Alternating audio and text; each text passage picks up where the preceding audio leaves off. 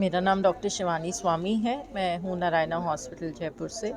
तो मैं बात कर रही हूँ जो बाकी बहुत सारे प्रॉब्लम्स होते हैं जो सांस की बीमारियों के साथ जुड़े होते हैं, जैसे कि एलर्जीज़ या मोटापा या फिर स्लीप एपनिया।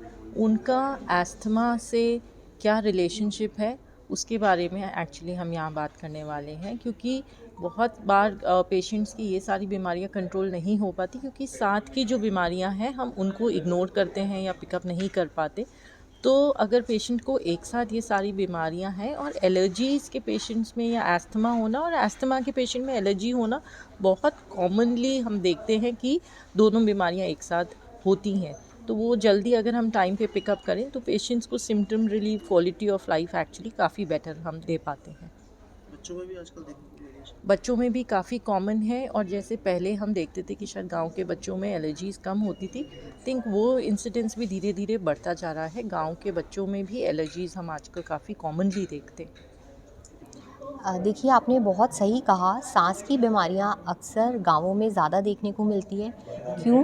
क्योंकि एक तो रूरल एरियाज़ में चूल्हे का प्रयोग ज़्यादा किया जाता है।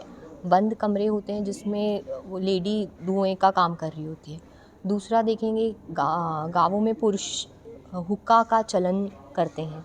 तो लोगों में गलत भ्रांति है कि हुक्के में जो पानी होता है उससे वो फ़िल्टर हो जाते हैं टॉक्सिन्स।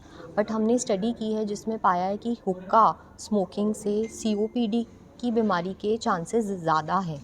क्यों? क्योंकि ये लंबे टाइम तक लेते हैं पेशेंट्स का, 20 मिनट आधा घंटा, जिससे कि सीओपीडी के चांसेस अधिक रहते हैं।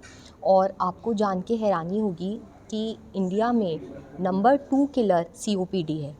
और सबसे ज़्यादा चिंता की बात ये है कि राजस्थान में नंबर 1 किलर सीओपीडी है। तो ना केवल सिर्फ चूल्हे का प्रयोग से हो रहा है ये, पर अपने जो पोल्यूशन है, एयर पोल्यूशन है, स्मोकिंग है, जिससे कि ये बीमारी होने के चांसेस बहुत बहुत अधिक हैं, और जिसके कारण हमारी मोर्टालिटी रेट बहुत अधिक है। पराली वगैरह जलाई जाती है या इसका भी? बिल्कुल, एयर पोल्यूशन का एक सिग्निफिकेंट पराली है, इंडस्ट्रियल पोल्यूशन है और ट्रैफिक पोल्यूशन है। तो ये तीनों कारणों के कारण सीओपीडी के कारण जो डेथ रेट है राजस्थान में वो काफ़ी ज़्यादा अधिक है और चिंताजनक बात है। और इसी के बारे में हम इस आज की कॉन्फ्रेंस में हमने चिंता की, मंथन किया, और इससे हम एज चेस्ट फिजिशियंस क्या कर सकते हैं, जागरूकता कैसे फैला सकते हैं, वो हमने आज डिस्कस किया है। अपना विषय है इसमें। ये देखिए, ये कॉन्फ्रेंस मेन सीओपीडी और अस्थमा, जो मेन दो सांस की नली की बीमारियां होती हैं, इनके बारे में जागरूक करने के लिए है।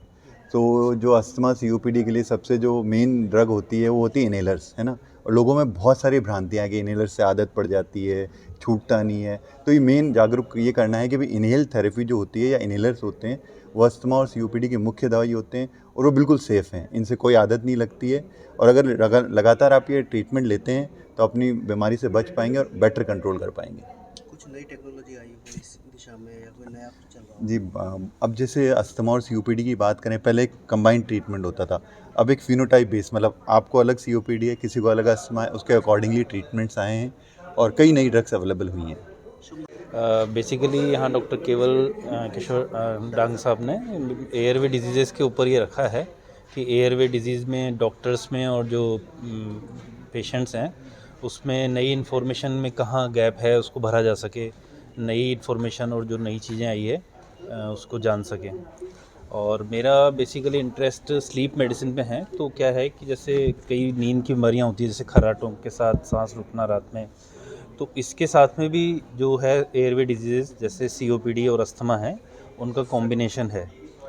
तो ये बीमारियां भी ऐसा है कि अलग अलग और साथ में जो होती है उनको पहचानना भी ज़रूरी है, ताकि उनको अपन ट्रीट कर सकें, क्योंकि इससे जो होने वाला नुकसान है वो अलग अलग बीमारियों से होने वाले नुकसान से कहीं ज़्यादा है। डेथ रेट भी ज़्यादा है। डेथ रेट भी ज़्यादा है, कार्डियक जो है कॉम्प्लिकेशन वो भी ज़्यादा है।